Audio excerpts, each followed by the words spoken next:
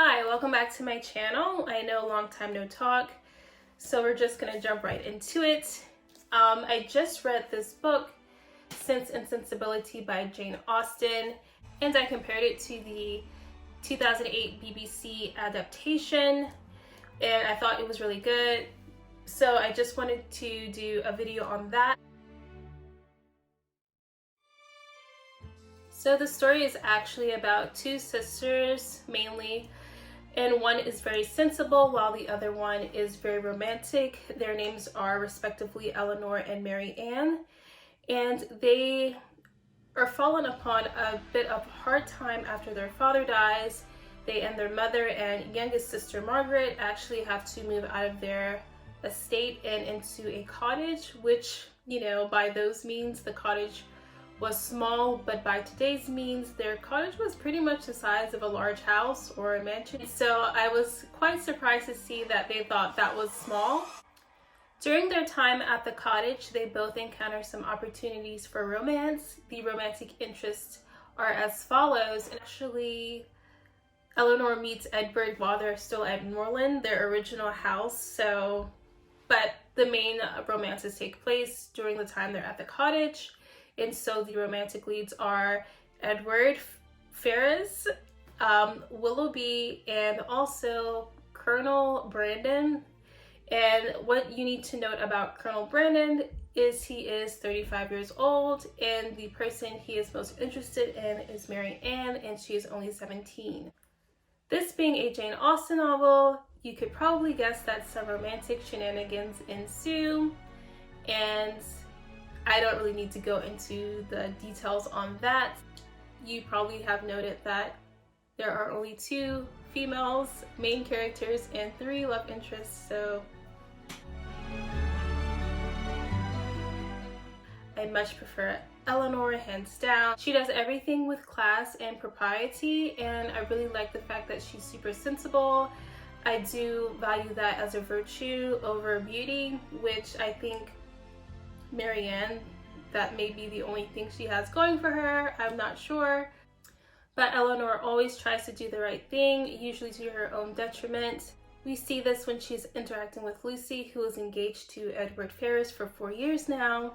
Yes, Edward does like Eleanor. It's pretty apparent, especially in the 2008 BBC adaptation, that he is very much infatuated with her.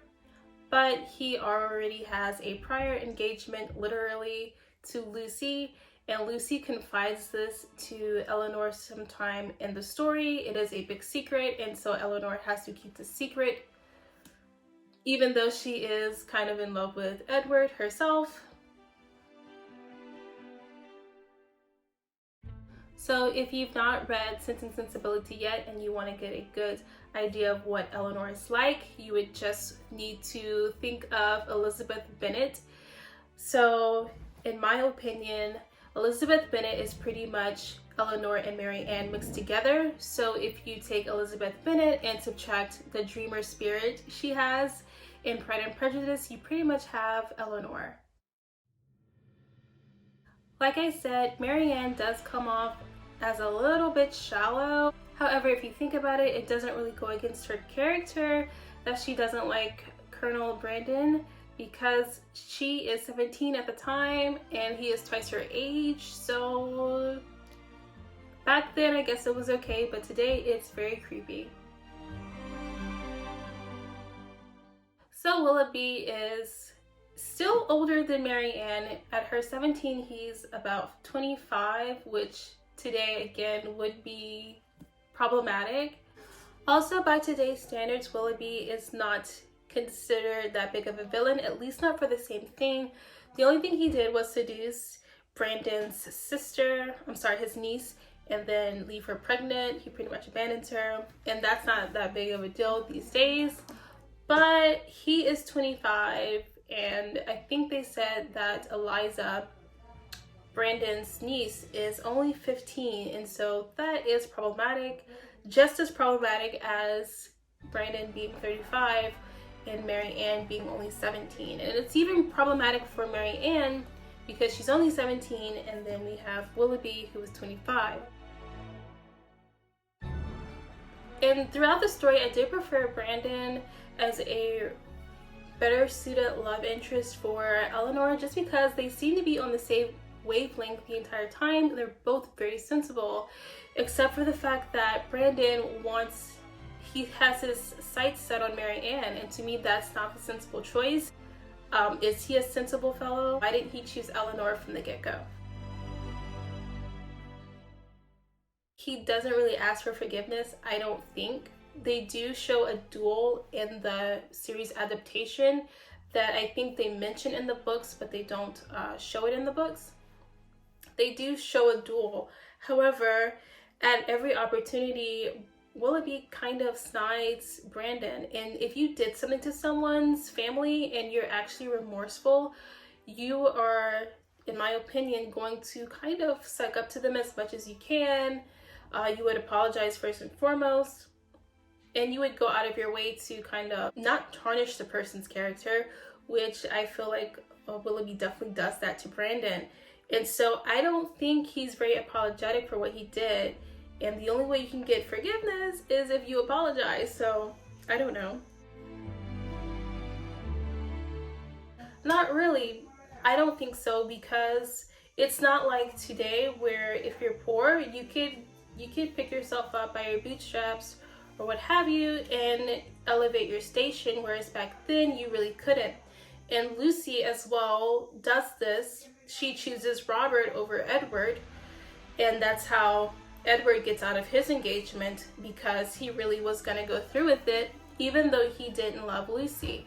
So is Edward a good character for about to go through with a marriage to someone he didn't love?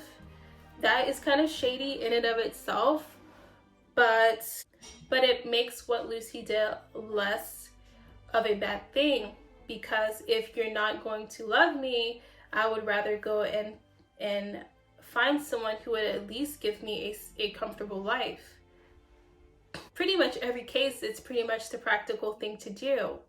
You have to think about your own children and your grandchildren, your entire family when you choose a partner.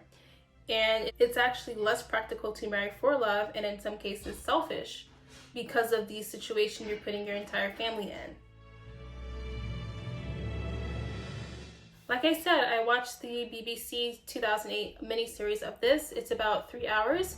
And if you find an audio of this book, it's going to be about 11 hours, so there is an 8-hour difference. It definitely features Edward more than what's in the book.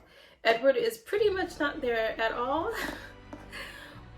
And it definitely vilifies Willoughby more. So in the book, Willoughby has a chance to really explain himself and explain how he actually did care for Mary Ann. And in the adaptation, we see Eleanor basically tell him to leave and get out.